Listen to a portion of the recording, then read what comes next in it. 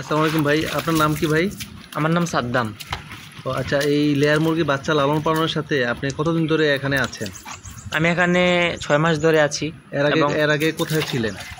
এর আগে আমি রংপুরে ছিলাম, তখনকার ওইদিকে একটি মুরগি খামারে আমি কাজ করেছি দীর্ঘ 1 বছর। 1 বছর ধরে? 1 বছর ধরে আমার অভিজ্ঞতা আছে।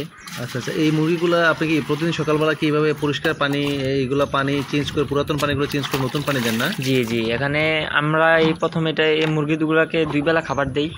খাবার দিতে প্রথম আগের যে পুরনো পানিটাকে ফেলে দেই, আমার নতুন পানি দিয়ে তখন আমরা আবার খাবার দিই সকালবেলা। আচ্ছা, সকালবেলা আর বিকালবেলা 2 বেলা খাবার দেন না?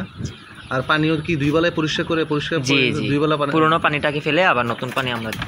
আচ্ছা, আর এই এখানে মানে কতদিন বাচ্চা এগুলা 4 থেকে 5 দিনের মতো বাচ্চা।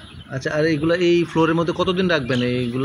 এগুলাকে 20 থেকে 23 দিন আমরা রাখবো, রাখার মাটিতে রাখবো। তারপর কি মুরগিগুলো কোথায় শেডে নিয়ে যাবেন এগুলা? তারপর এগুলো 20 থেকে 23 দিন থাকার পরে আমরা একটি অন্য খাঁচায় নিয়ে যাব, আমাদের শেড ঘরে এগুলাকে ওদিকে নিয়ে যাব আমরা। শেড ঘরে যেখানে ডিম পারে। ও আচ্ছা, ওই জায়গায় নিয়ে যাবেন। আর এগুলা যখন মানে অনেক সময় প্রচুর দিনের বেলা অনেক গরম হয়, গরম পড়ে, তখন আপনারা কি করবেন? তখন এখানে আমাদের উপরে ফ্যান আছে, আমাদের মুরগি খামারগুলোর প্রতি সারিতে সারিতে ফ্যান আছে, আমরা ফ্যানগুলো জ্বালিয়ে দিই। ও আচ্ছা, আবার অনেক সময় দিয়েছে প্রচুর ঠান্ডা পড়ে, তখন? ঠান্ডা পড়লে আমাদের এতটা ঠান্ডা পড়ে না, যখন শীতকালে ঠান্ডা পড়ে আমাদের লাইট জ্বালিয়ে দিই, লাইটের গরমে এটা ঠিক হয়ে যায়। বাচ্চাগুলো লাইট জ্বালিয়ে দিই, তাপ বেশি থাকে এবং মুরগি কোনো মারা টারা যায় না। কতগুলো বাচ্চা আছে এগুলা? এখানে 1200 মতো বাচ্চা আছে এবং আমরা 1300 আনছিলাম প্রথমে, তখন 1300 থেকে কিছুটা মারা গেছে রোগাক্রান্ত হয়ে, এখন 1200-র মতো আছে। কিভাবে, কি ঠান্ডা জনিত সমস্যা ছিল না? জি জি জি জি ভাই, ওই যে মুরগির যে বাচ্চার যে নখগুলোকে পুরানো হয়েছিল ওগুলা? জি জি, এটা আমার কালকেই পুরানো হয়েছে এবং মেশিন আছে আমাদের। ও আচ্ছা, আর এইগুলা যে পুরানো পরে মনে কয়েকদিন আপনারা পানির সাথে মনে হয় যে ভিটামিন মিশিয়ে দিচ্ছে?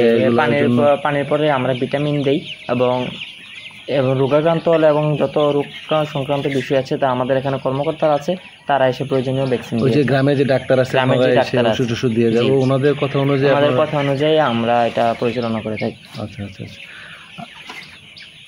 মানে বর্তমান সময়ে বেকারদের উদ্দেশ্যে আপনি কিছু বলুন, যারা মানে অল্প সময়ে লালন পালন করে লাভবান হওয়া যায় কিনা?